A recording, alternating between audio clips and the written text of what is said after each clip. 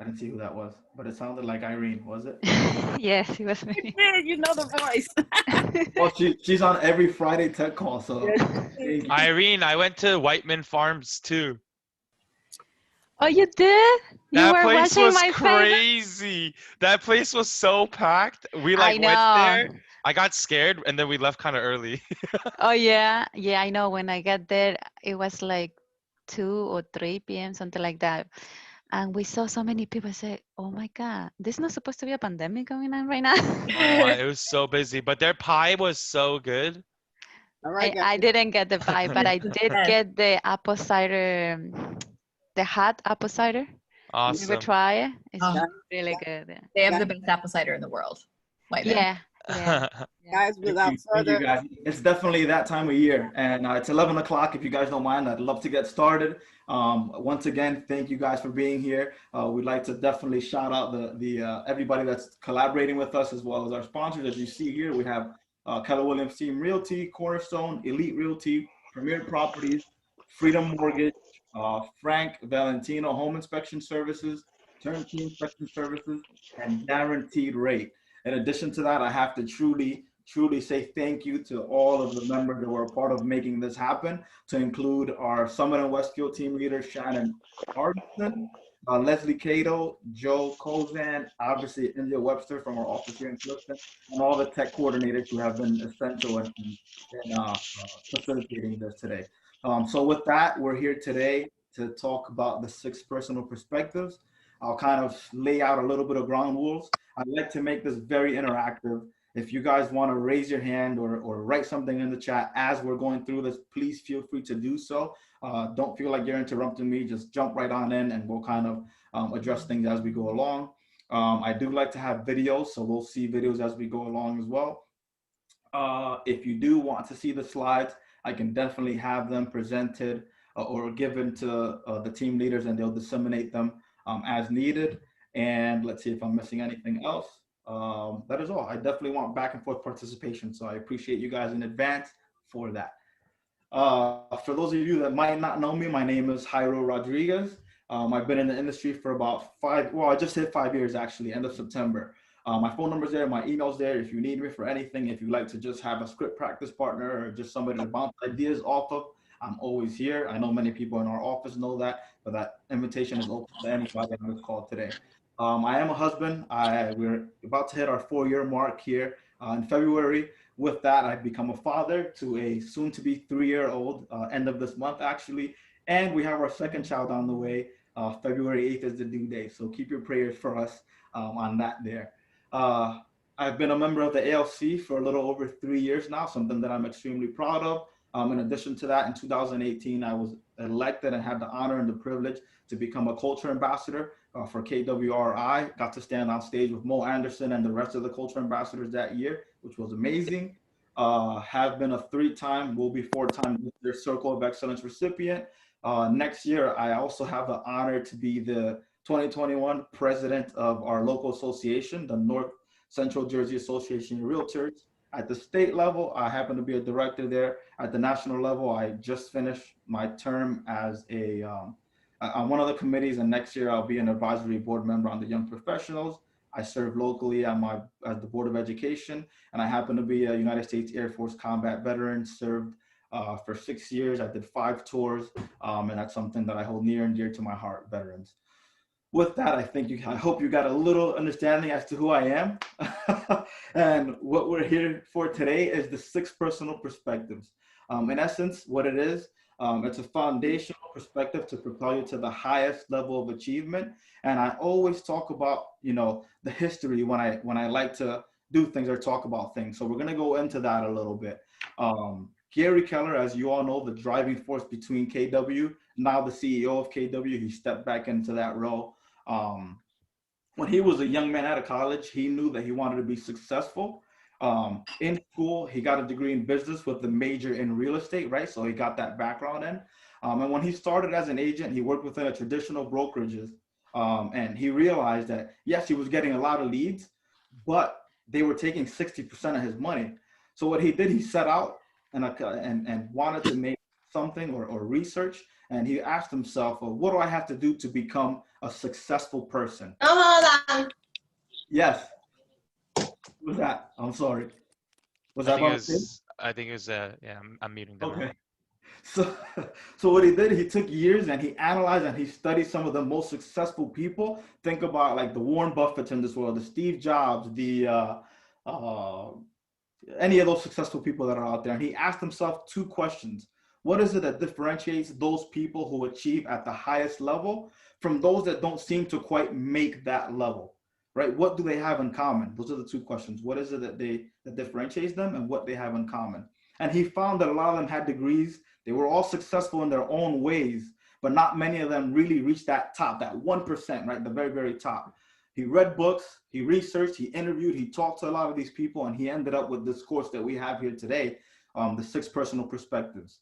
Out of that, what he realized is that the way that we think is the #1 issue, because the way that you act is a result of the way that you think, right or wrong? Yes. So if you want to be more productive out of the actions, if you want, yes, anybody wanted to say something? No? Okay. Yeah, if you want to be more productive out of your actions, and you really want to get, I'm sorry, I'm going to mute that real quick. Okay, thank you. I keep trying to mute him. You have to follow these steps, right? You have to have habits. And then in addition to that, you have to really find out what it is that you need to have in place to be able to get to those things.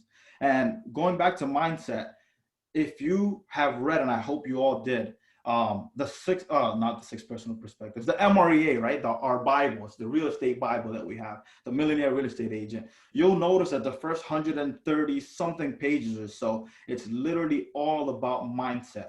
Gary Keller did that intentionally, knowing that mindset is the key to be able to, everything else will follow along behind that.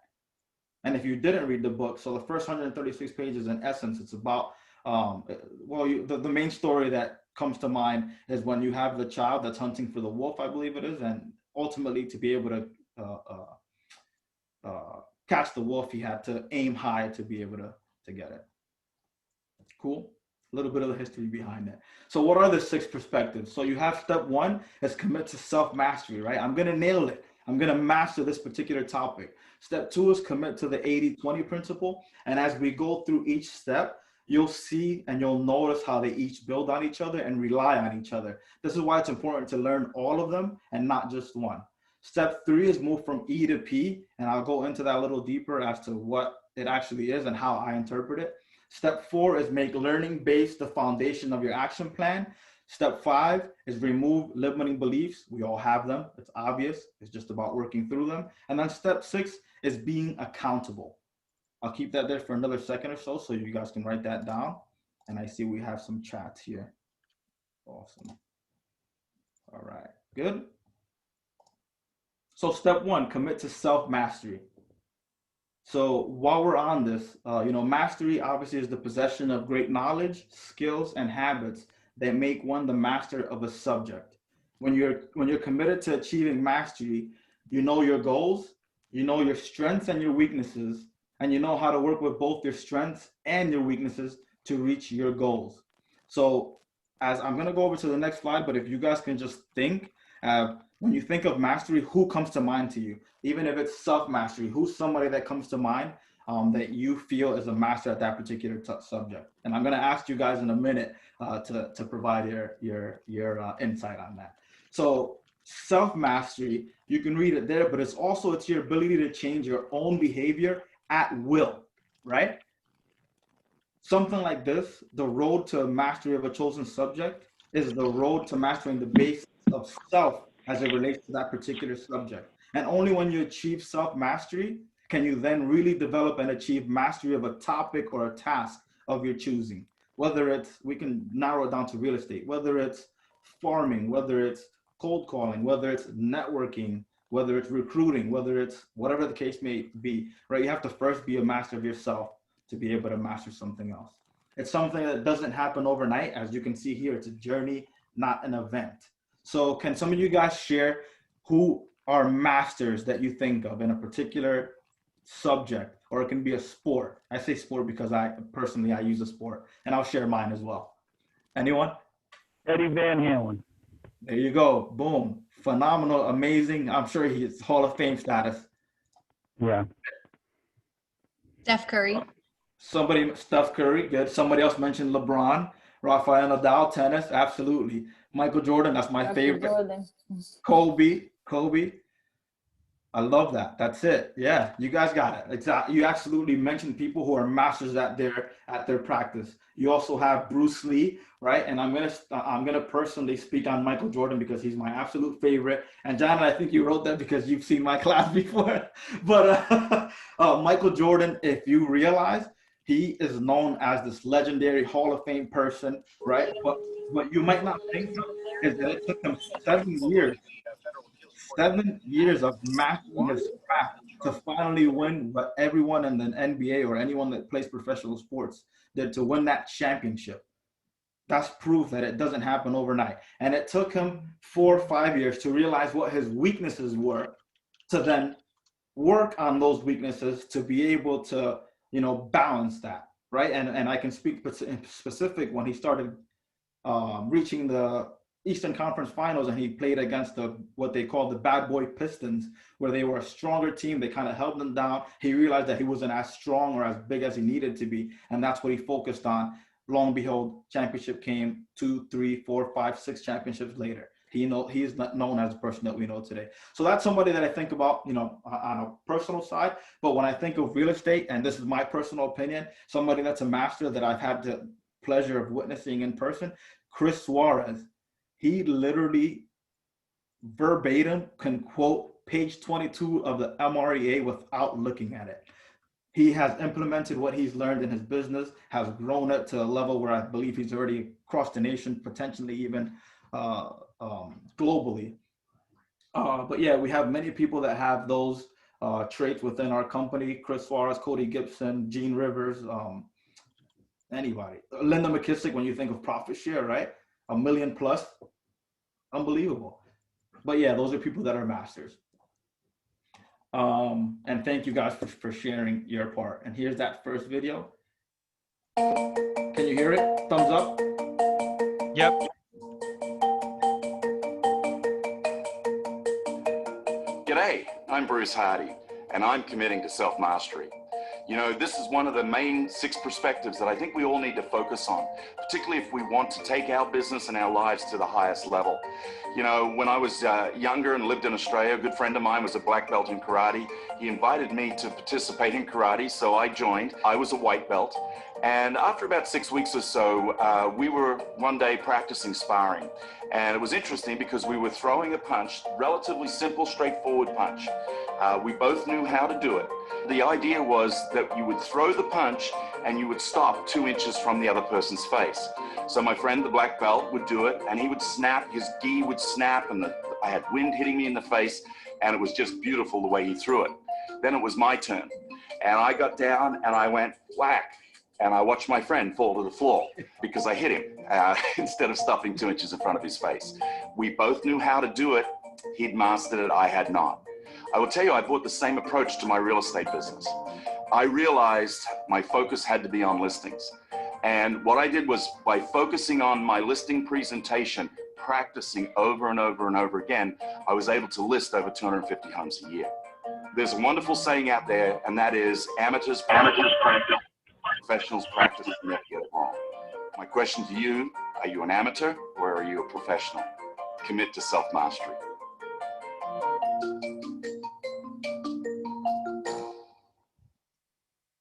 I love that video, and it always reminds me of my own personal journey when I first got into real estate. So I actually happen to be wearing today, I don't know if you guys can see it, the KW shirt, never settle, never give up. And it has the little KW logo right at the bottom there. But what that reminds me of is when I first got into the business and I had no sales background, right? I didn't have what I thought was a database that I could plug into, right? I lived in an apartment building growing up, and many other people that live in that apartment building, they have been there for 30 plus years. And then the mindset that I had at the time was, these people aren't gonna move.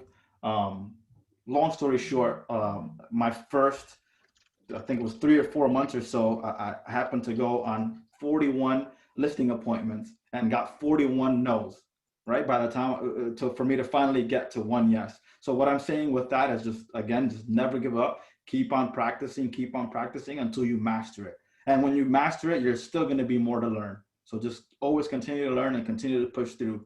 Never give up, never settle.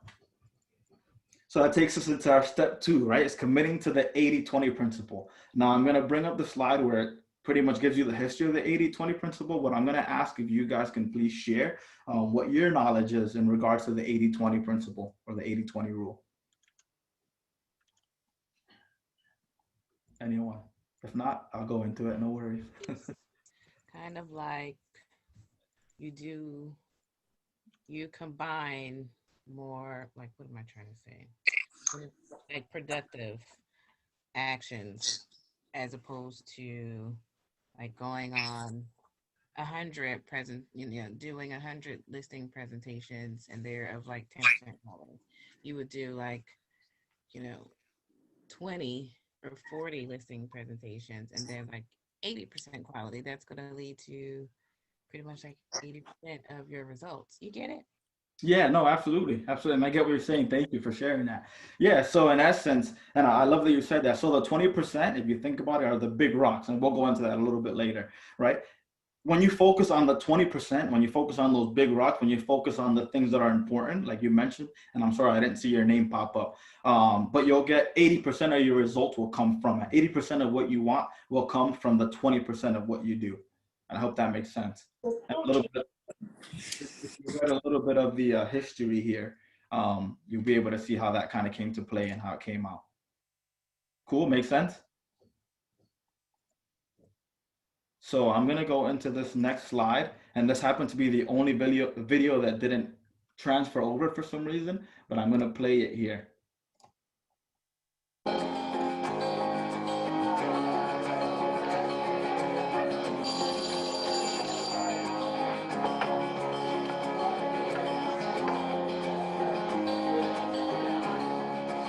Good afternoon, everyone.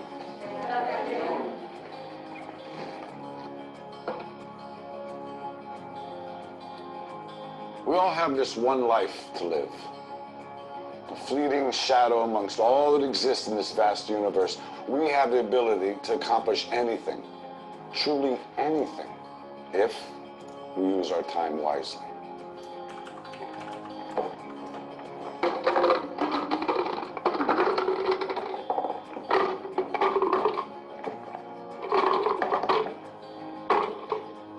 Is this jar full?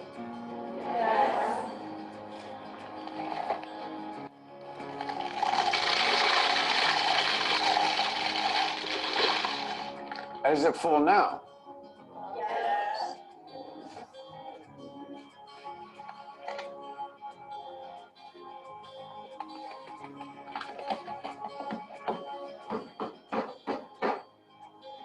And how about now? Is the jar full now? Yes. Yes. Yeah, it is.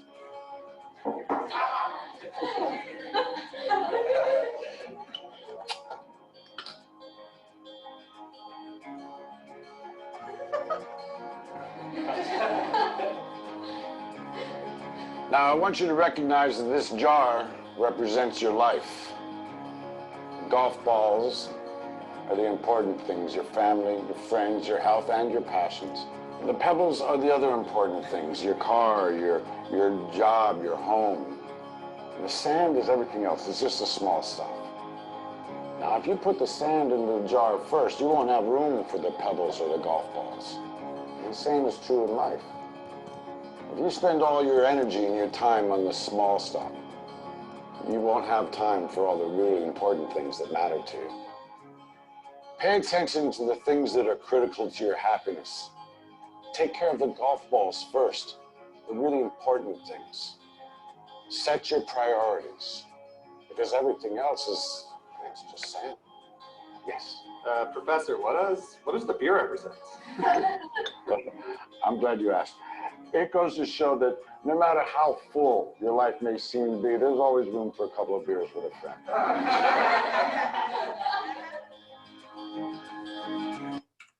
I love that video. Are we back? You can see the slide again? Okay, thank you. So yeah, a big thing with that, you have to have balance in life, whether it's personal, business, everything has to align and give you that balance. So from that video, you saw the golf balls, which in essence, that comes up to the 20%, the big rocks. The big rocks must go in first, right? Because that's how you're going to be able to fund your life, the life that you want to have.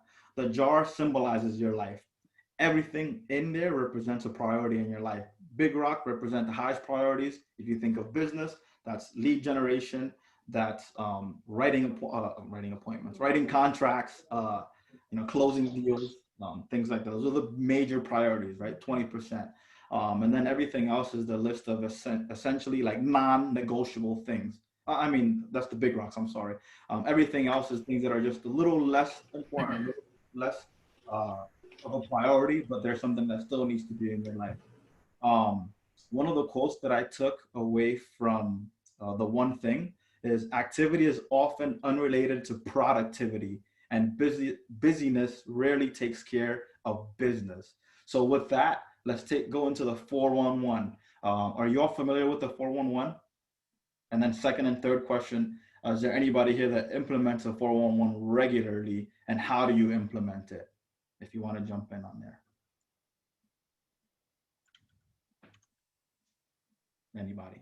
So 411, and go ahead. I'm sorry. I'm not familiar with per se the 411, but our team, we do use 10-4. It's similar. Okay. It's, we break it down to like 10 connections a day, 10 like conversations. So it's kind of the same principle. No, I didn't. Of which you're, setting a weekly, if not daily task pretty much. Sure. For, your larger goals. This is Janae, by the way. Yeah, thank you, Janae. Yeah, and so as you can see here, in essence, the 411 is pretty much your daily activity plan, which leads into your weekly activity plan, which leads into your monthly and then annual. And you work it, if you've ever seen it, I should have an example. Next time I'm going to add one on there. On the top is what is your annual goal? Then you're going to see the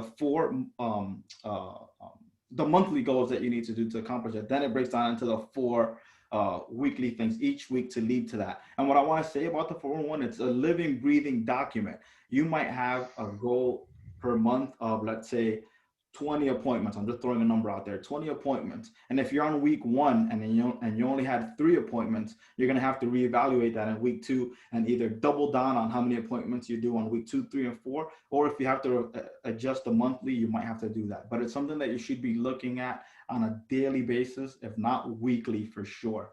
One of the most important things about the 411, for me personally, is time blocking. Time blocking is super, super important. I know I skipped onto the video. I'll play that.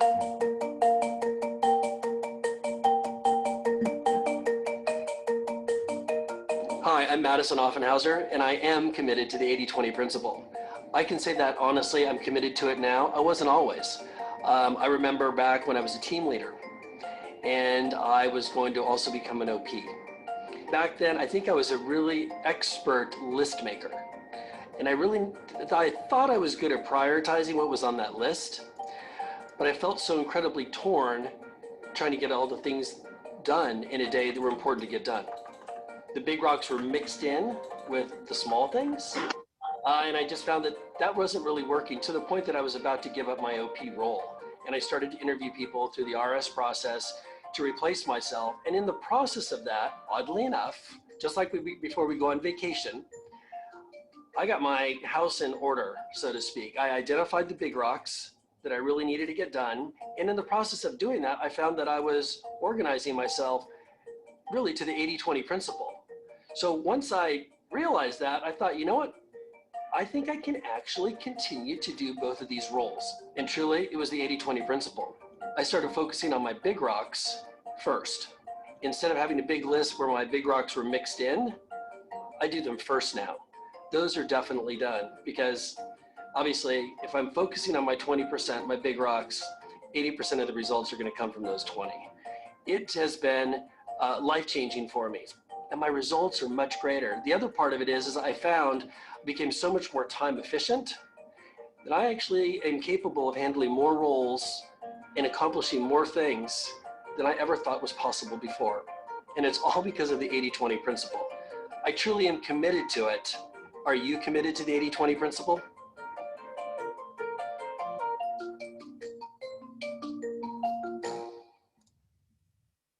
So that was a pretty good one too, right? Pretty insightful.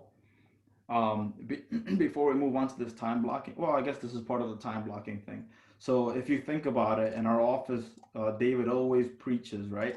You have to on a daily basis, on a very, very minimum, do 2 hours of lead gen per day, right? So if you think about the 80-20 rule, I don't know very many agents that only work 8 hours. We generally work 10 hours plus. So let's say if we're doing the 10 hours of real estate work, the 80-20 principle applies perfectly to that, where 2 hours of that time is your big rocks. It's your lead generation. Make sense? I hope that gives it a little more clarity um, uh, in real estate in particular. So yeah, time blocking, as I mentioned, is one of the most important pieces. And as you read that truth there, what I want to emphasize is, Gary Keller, Steve Jobs, Warren Buffett, David and Maureen, Debbie, Linda. I know there's many agents here as well. They all have the same 24 hours in the day, right? It's about what you do with your time to make sure you're being productive with that time. Make sense? Ivo, may I add? What's that? It's me, Janet. I just want to add to let everyone know, just ask yourself, the activity that you're doing at the moment that you're doing it, is it helping you produce income or is it an expense? Always ask yourself that. So like that, you could apply the time blocking, the managing your 80-20. It's very important. Ask yourself, is it generating income or is it an expense?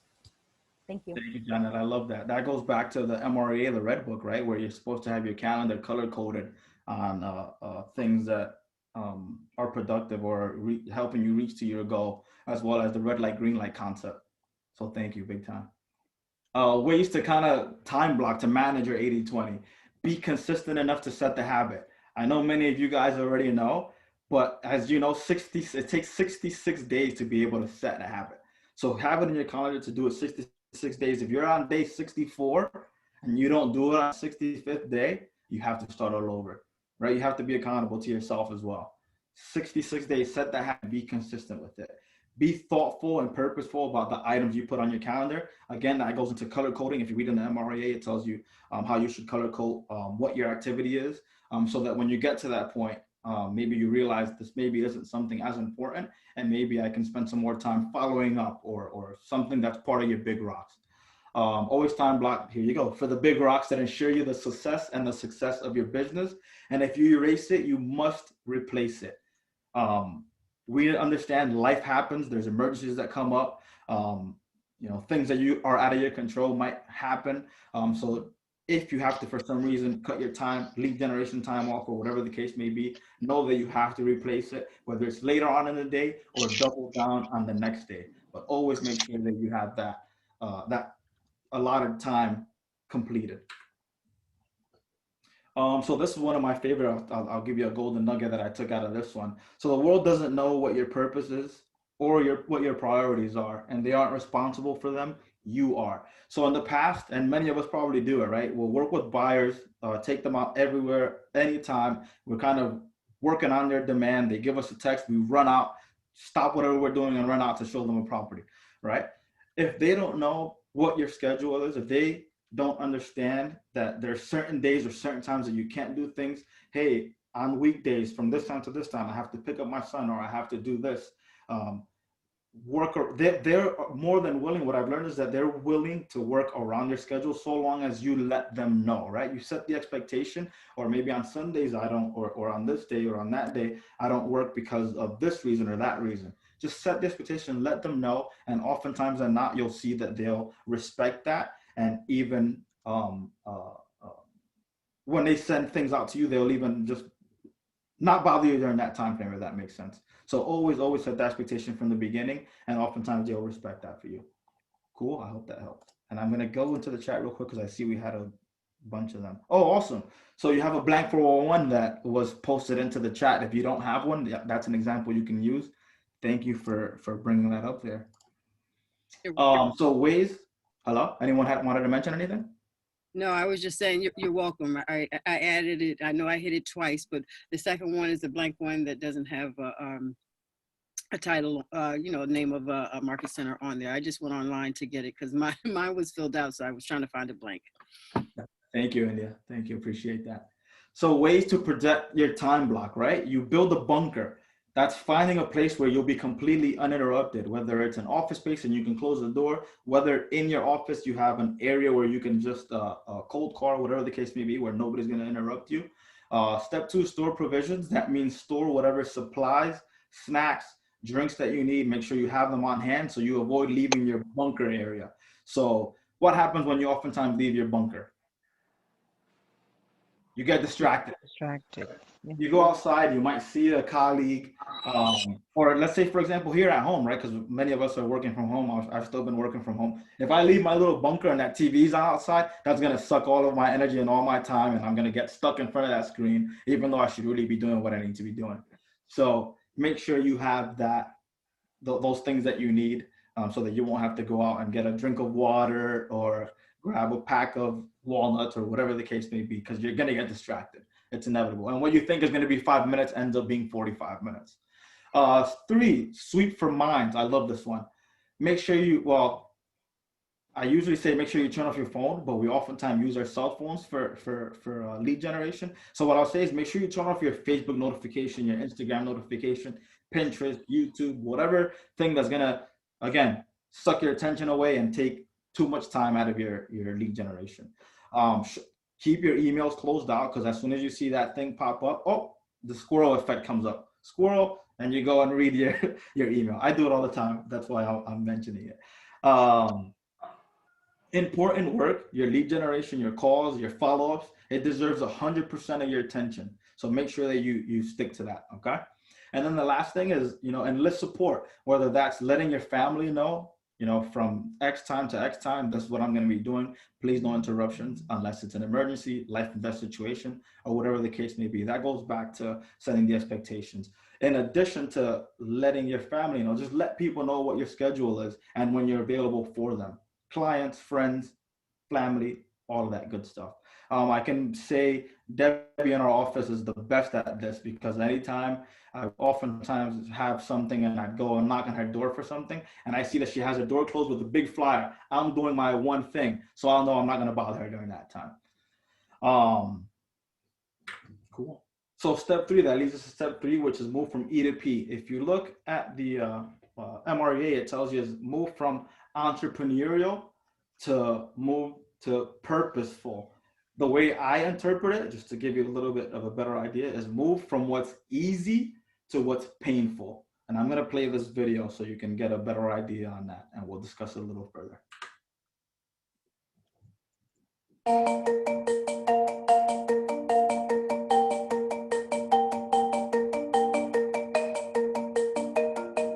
Hi, I'm Brenda Benson, and I've experienced moving from E to P, entrepreneurial to purposeful. And I want to share a personal story with you about how that happened in my own career. As I entered the real estate field, I began to lead generate. And in my lead generation process, I just kind of winged it. That's what I call E. I was not purposeful. I lead generated when it was convenient. I lead generated when I was around familiar faces. I lead generated when I was in a familiar environment. And guess what? My results reflected the haphazardness of that lead generation. When I became purposeful, my results showed that purposefulness. As I looked to pick up the phone and make those calls, and I blocked time for my lead generation, my appointments went up. When my appointments went up, my actual results reflected those appointments. So I know in my own life, just through lead generating and knowing when I was in E versus when I was in P, that my results were different when I became a purposeful lead generator. And I know that can happen for you. So let me share with you 5 quick concepts that really helped me move from E to P. Number one, focus. Focus on that 20%. Number two, create strategies and action items that will support you staying in that focused 20%. Number three, follow the model. The next item would be to install and implement the systems. Implement systems that support the model. And finally, number five, be accountable. Make sure that you're tracking and you're looking at, as I was, the entrepreneurial piece versus the purposeful piece. So if you are willing to embrace these 5 quick concepts that I just shared with you, your world can change just like mine has. Are you willing to move from entrepreneurial to purposeful? Awesome. I really do love these videos. So in essence, the 5 things that she mentioned there, and the way I remember it is FAMSA. Cody Gibson had taught me that early on, and it's stuck in my head. So it's focus, options, models, systems, accountability. So what is it? So in essence, moving from E to P is when you're in E and you're reaching that ceiling of achievement year after year after year, right? Whether it's I'm stuck on doing X amount of transactions per year, or every month I'm only able to close X transactions. And it happens time and time and time again, right? Being stuck at a certain level, even though you're working super hard and you feel like you're working harder, but you're like stuck, right? Or not having enough time. This is the key. We're not having enough time for family and friends for months in a row, back to back to back, even though you're trying to manage your time as best as possible. And everybody has a natural ceiling, right? Everybody's ceiling is also different, but this will help you get through that. Again, change doesn't happen by accident. You have to be purposeful about it. Again, there's that word, that purposeful about it. In order to overcome and change the situation, you must also get comfortable with being uncomfortable. Different ways to get there, right? You can break through with coaching, with training. You know, you guys being here is one piece within that. It's taking that initiative to learn more and continue to grow, and also be able to connect with people that are kind of like-minded, and help each other together to get through that. And at that point, once you get to that P, to that purposeful, it becomes that that ceiling of achievement that was your ceiling then becomes your floor, if that makes sense. I drew a blank very quickly, but I wanted to mention something about E to P. It'll come to me. I'm so sorry. So that kind of leads us into the next thing, which is make learning based the foundation of your action plan. As I mentioned before, becoming a father, one of the things that I've picked up on is reading, right? I read so much to my kid, and he loves like Dr. Seuss books. And one of the things I picked up on, or one of the quotes that I took from Dr. Seuss is, the more you read, the more things you will know. The more you learn, the more places you'll go. Now, this is Dr. Seuss that oftentimes write these books for little kids, but that applies to our lives just as much, right? There's always room to grow. You'll never, ever, ever know it all, no matter what you think. So you must continue to learn. And this is something that I personally have taken year after year. I've gone to mega family reunion every year. We have mega camp. We have all these trainings. Whenever the region has like a big training or seminar locally, I always like to go to those things. So yeah, make it a plan. Make it something that's a priority on your list. Think about it this way, actually. When you think of like a doctor or an attorney, or what else can you think of that takes a long time to go to school for? Any of those people, or professionals, whatever the case may be, right? They go to school for, 4, 8, 10, 12 years minimum. We have the privilege to be able to start working after only doing, is it 50 hours now? I think it's 50, right? Or 70, whatever, 50 hours. We can literally work and make money, right? But in order for you to get to that level that you want to, you have to continue to educate yourself, right? You're doing on-the-jobs training. You're attending these seminars. You're meeting people that are levels and levels above you, where you'll be able to kind of take nuggets from them and learn from there. So make it for your first 4 or 5 years minimum, make that your number one priority. School, learning, conferences, seminars, regional training, office trainings. I know our offices have done so much for us. And thank you guys for doing all of that. Think about this pandemic, how all these offices have just shifted so quickly and been able to provide so much training virtually, which we didn't have as accessible as we have now. So thank you guys for that.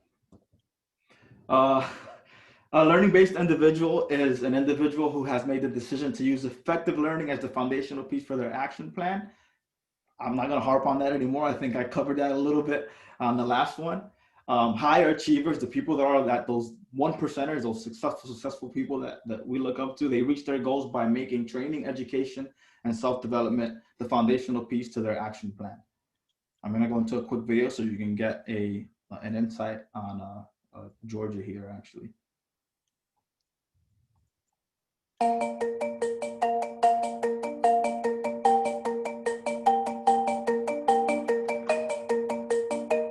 Hi, I'm Georgia Alpizar, Regional Director of the North Florida region.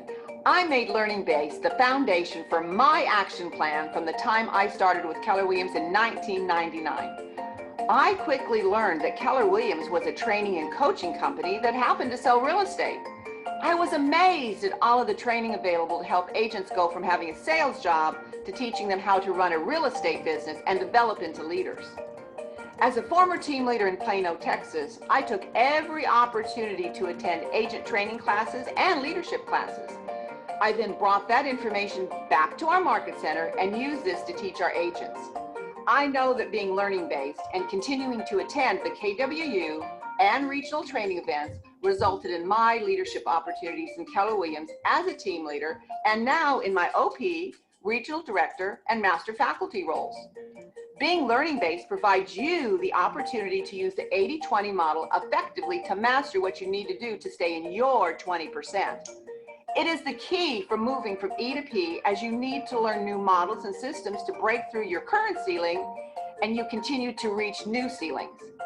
How do you break through limiting beliefs without learning what it will take to get you out of that fixed mindset and move you into unlimited thinking?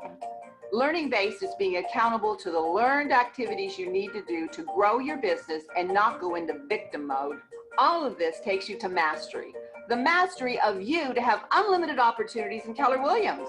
Make learning-based the foundation of your action plan for unlimited success. I did. Whoops, I didn't mean to skip it that fast. So even, I mean, these slides, I've kind of came up with them like a few years ago, and I've taught it time and time again, and I look into these videos time and time again. And even me that does this all the time, I'm still taking notes, right? So what came out of that for me was oftentimes you need to repeat some classes time and time again, right? It's only in our human nature to regurgitate so much of what we learn. And when you take it a second time, oh, the light bulb kicked on. Wait a minute. And then it's like, wow, now I can implement this moving forward. Because although you spend however many hours learning something, you can only regurgitate so much. Think of the 80-20 principle. That kind of applies to it right there. And then the second thing that I just heard about, that Georgia reminded me about was, are you guys all familiar with the opportunity map within KW? Yes, no, maybe so. So in essence, what it is a roadmap.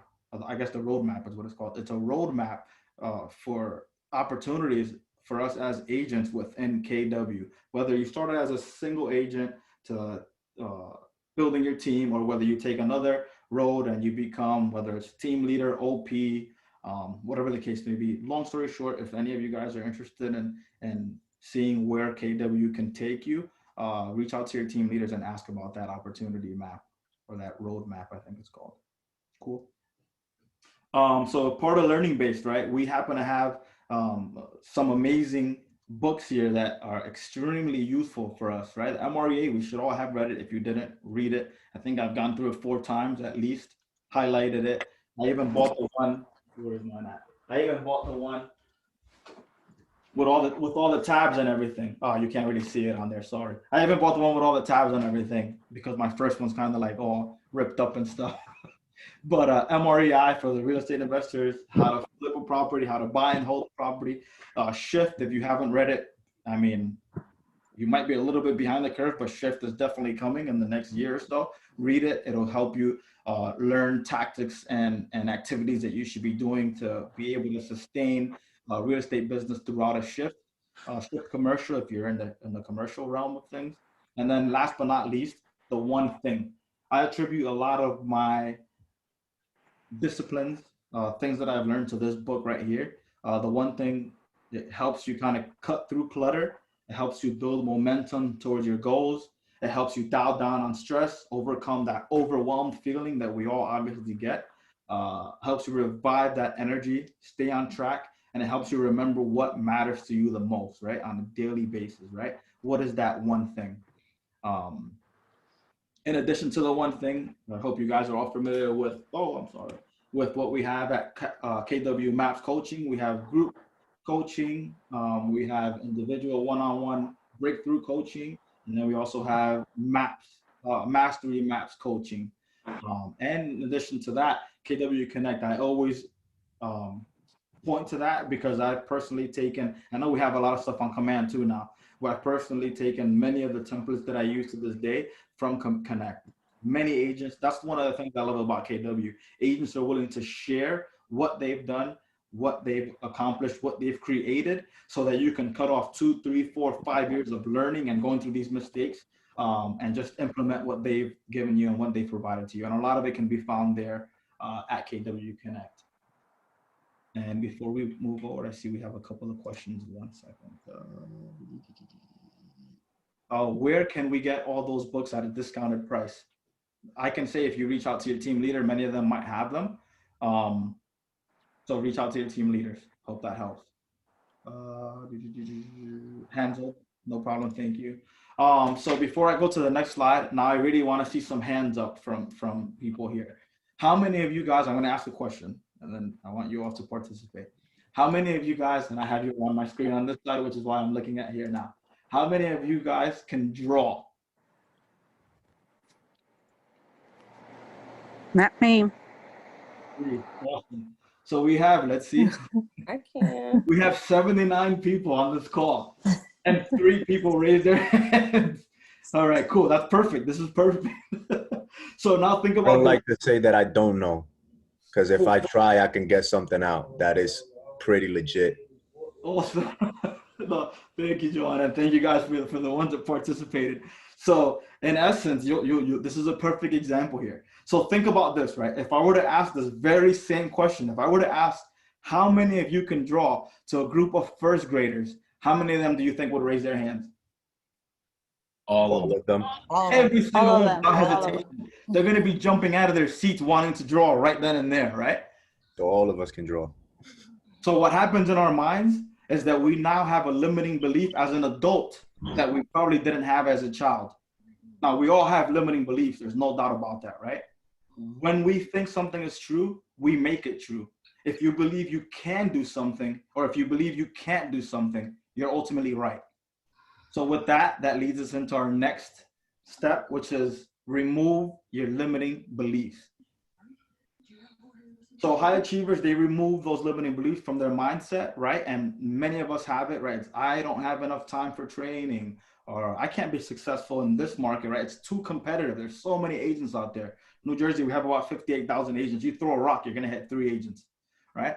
I can't devote 3 hours to training, or I can't devote 3 hours a day to lead generation. What we need to do is kind of rewire our brains. And I give this Pat Mancuso when I took my first bold kind of implemented this in my head. We got to rewire our brains and think of things like, if I put the time in now for training, I'll reap the long-term benefits of my business, right?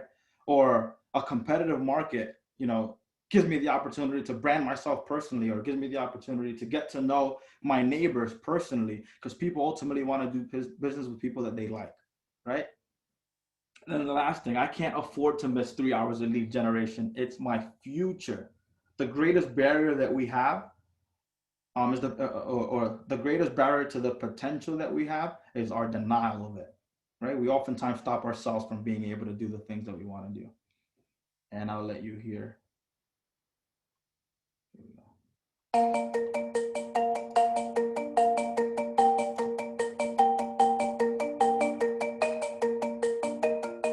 Hi, Hi, my name is Jackie Ellis, and I'm here to talk to you about removing your limiting beliefs. Shortly after joining Keller Williams, I began attending all of the fabulous events available to us, like Mega Camp and Family Reunion. And on the stage were amazing agents openly sharing their strategies for success. And I, very much like you, would be in the audience, writing down notes and taking those strategies back to my own marketplace, which I did implement. Well, a few years after attending Mega Camp, once again in the audience, I realized as I was looking up at these amazing agents that they had fabulous businesses and that I would never have that sort of a high volume, high impact business. So when I got back into town, I took a quiet moment to myself and I took out a piece of paper and wrote a line down the middle. And on the left side, I wrote all of the things that I had going for me on my side that I could use to create one of these fabulous businesses. I had the training, and I could take the training through Keller Williams as many times as I wanted. There were models that if I just followed them, I could be a success like those on stage. And there were systems as well. After completing the left side of my page, I went over to the right side and I began to write what would be holding me back. And as I stared at the right side, I could not think of one thing to put on that piece of paper. I realized it was my limiting beliefs, my very own limiting beliefs that were holding me back. And once I removed them, there would be no holding me back. So fast forward to now, and those very agents that I saw on stage are now my friends. And I'm well on the track to one of those very businesses that I so admired. I want to know, do you have limiting beliefs? Do you recognize them? And what are you going to do to remove them?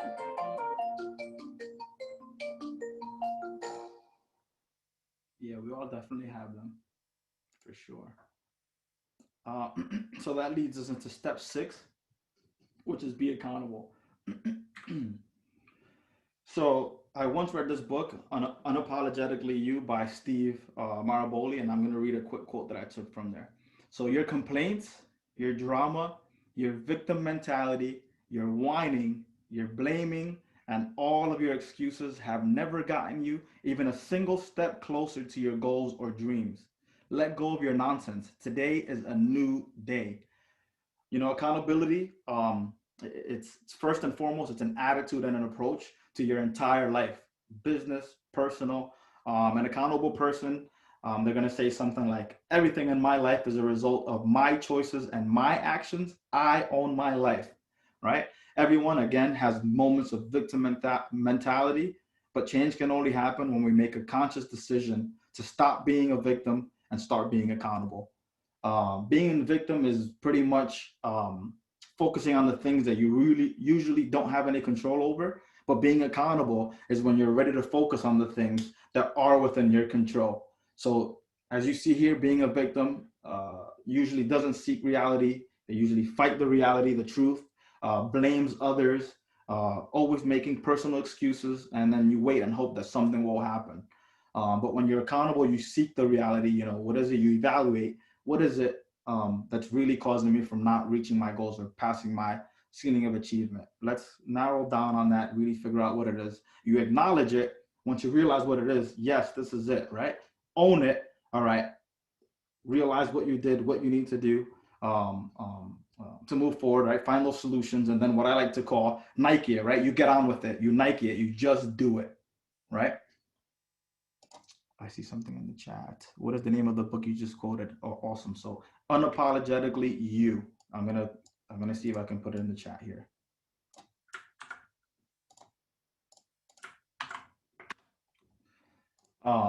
Yes, thank you for the question. So accountability, when you think of accountability, somebody like Mo Anderson, which I hope all of you happen to know who she is. She's the vice chairman of the board. She, as you can see here, she has someone holding her accountable in many different areas of her life. Not only one person, as you can see, she has two. In her financial realm of her life, in the spiritual arena of her life, her physical arena of her life, and in her business arena of her life. So I challenge you guys to ask yourself, do you have a financial, a spiritual, a physical, a business consultant, or are you just winging it? When a person takes the time to report to someone else how and what they did in moving towards their goals, It lends even more focus and motivation to your activities. Also ask yourself, are there some areas where you're missing someone to hold you accountable? Keep in mind, we have team leaders that are here for us. We have, again, KW Math coaching. We have productivity coaches. I'm sure you have agents within your office that would be willing to do that, right? Reach out. I mentioned it before. KW. That's what I love about KW is we're about sharing. We're about giving back. Come from contribution. Janet, I remember my first class ever with you, and that always stuck in my head. So thank you for that. But yeah, who are you going to add? Also keep in mind that it doesn't necessarily have to be a different person for each arena, right? For each aspect. You can have, for example, a business consultant that's also your financial consultant. I hope that makes some sense. And then here I'm going to play a little bit of Gina Ron and about accountability.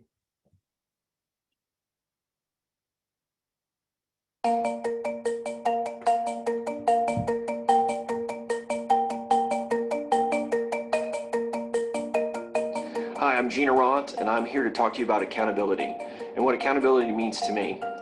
You know, accountability in all reality is that it's the foundation of your day. And when I wake up in the morning, for me to go work out, if I don't have some kind of accountability, it doesn't happen. And so what do? I have a trainer. I pay him, therefore it forces me to show up and work out early in the morning. We have so much natural ability and it's get us so far in life.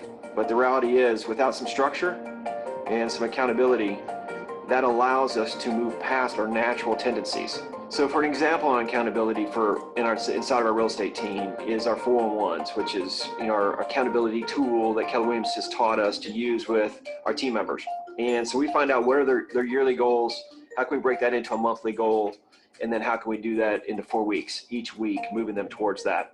And it's not just about business goals and financial goals, but it's personal goals. I find out what's important to them, they find out what's important to me, and together we grow the business. Accountability isn't always roses. Sometimes life steps in, and the cool thing about Keller Williams is we really focus on identifying that. We've got the tools to understand when you're heading off the road of accountability and blaming yourself, blaming others, because you're not going to get anywhere. And so that's where accountability steps in. And you can make the decision to step out of that, move forward, get back into the language that's going to move you forward, and use the tools that these perspectives give you. Having that and having a plan and focusing back on that is where accountability can totally make a difference, change your life, and quite frankly, change your family's life, your destiny, your legacy.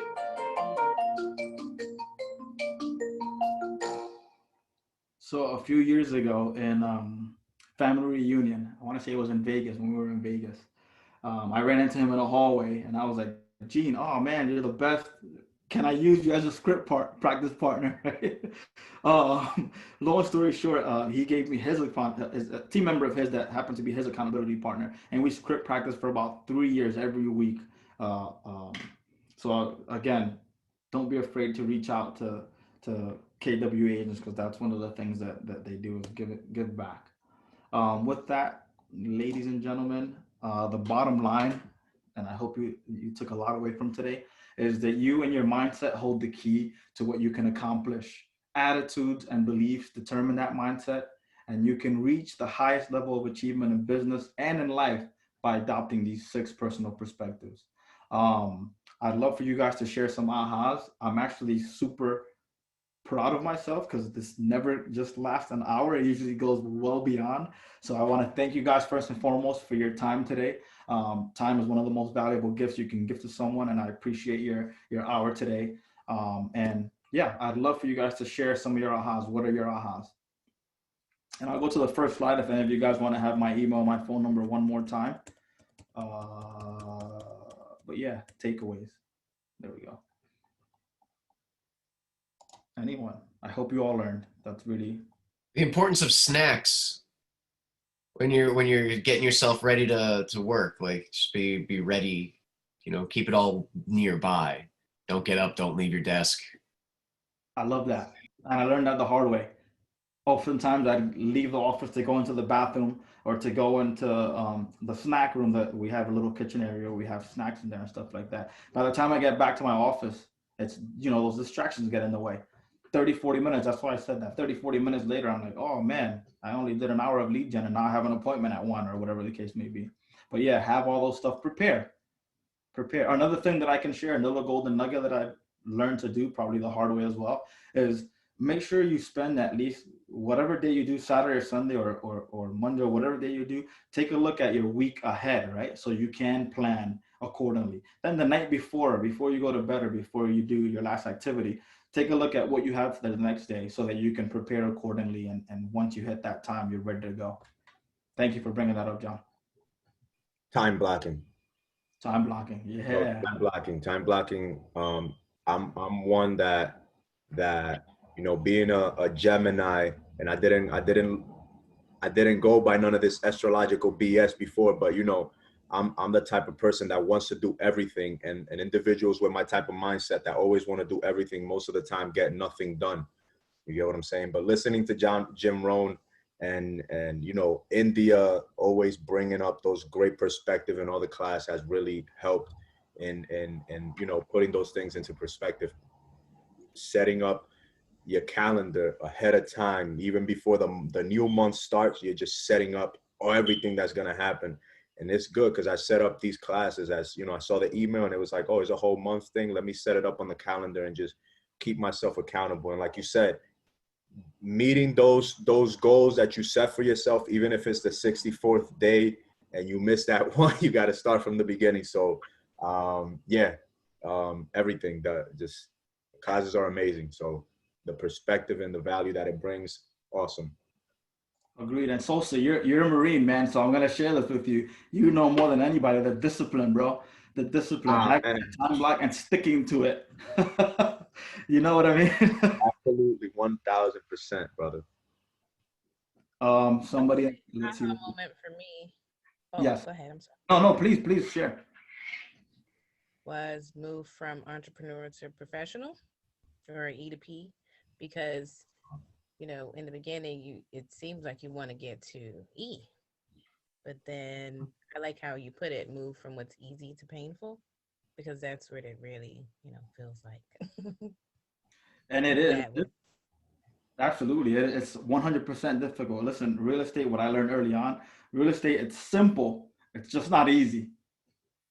It's simple. It's just not easy. And that discipline, the time blocking, having that mindset of, listen, month after month after month, I've been stuck at this, knowing that you have to do something different and implementing that, taking massive action on that is what's going to get you through that. Thank you for sharing that.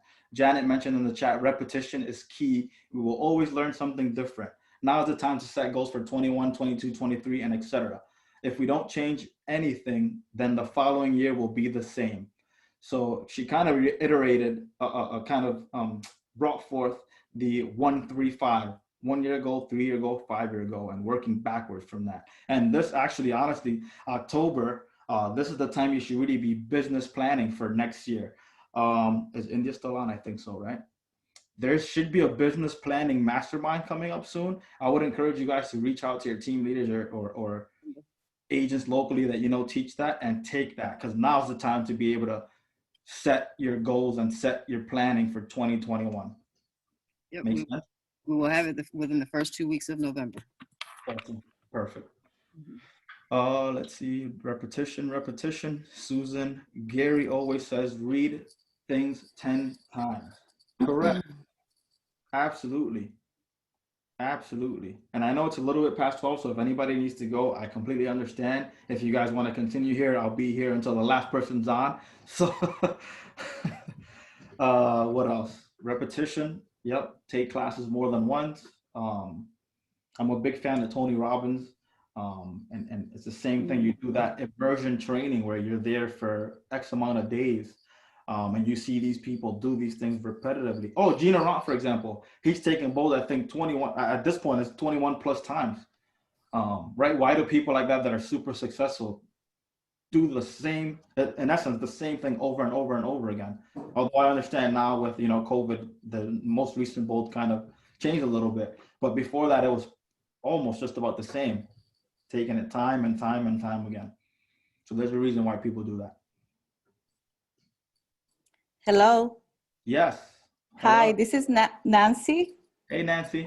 How are you? I used to be in Clifton with you guys, and I just want to say hello to some familiar faces that I see. Janet, India, Isabel. Thank you very much for everything while I was there, and I still have to do from E to P. That's my major in limiting beliefs. I have to, work on that. But it was really nice to see you. It's good to see you too, Nancy. Okay. Take care, guys. I gotta go. And yeah, I'm glad you guys took some stuff away from here. Limiting beliefs, and you mentioned the E to P. So the E to P is key, right? I didn't really understand it early on. Like I was like, yeah, but I'm doing this stuff or I'm doing that stuff. But it's really, again, taking that accountability and being real with yourself. Like, listen, I'm really not lead generating how I should be lead generating, or I'm really not contacting those expires or those FISBOs that I know will get me to where I need to get to, that'll help me accomplish the goals that I've set out for myself, right? And it's oftentimes, again, it's just within ourselves, it's internally, we have to take that accountability. And it's important to do it consistently. Like when that guy said that he did, who was that? I came in like a little late, but I heard he had over like 250 listings, but he's like listing, presentation, another listing, like over and over. It seems crazy, and that's challenging to do, especially when you might have had a couple of rough weeks, back to back to back. That's challenging to continue to do that for like 6 months, consistently. Agreed. And then, so I'll just help give you a little bit of the mindset shift, right? The change, the rewiring of the mindset is every no I'm getting is one step closer to a yes. Right.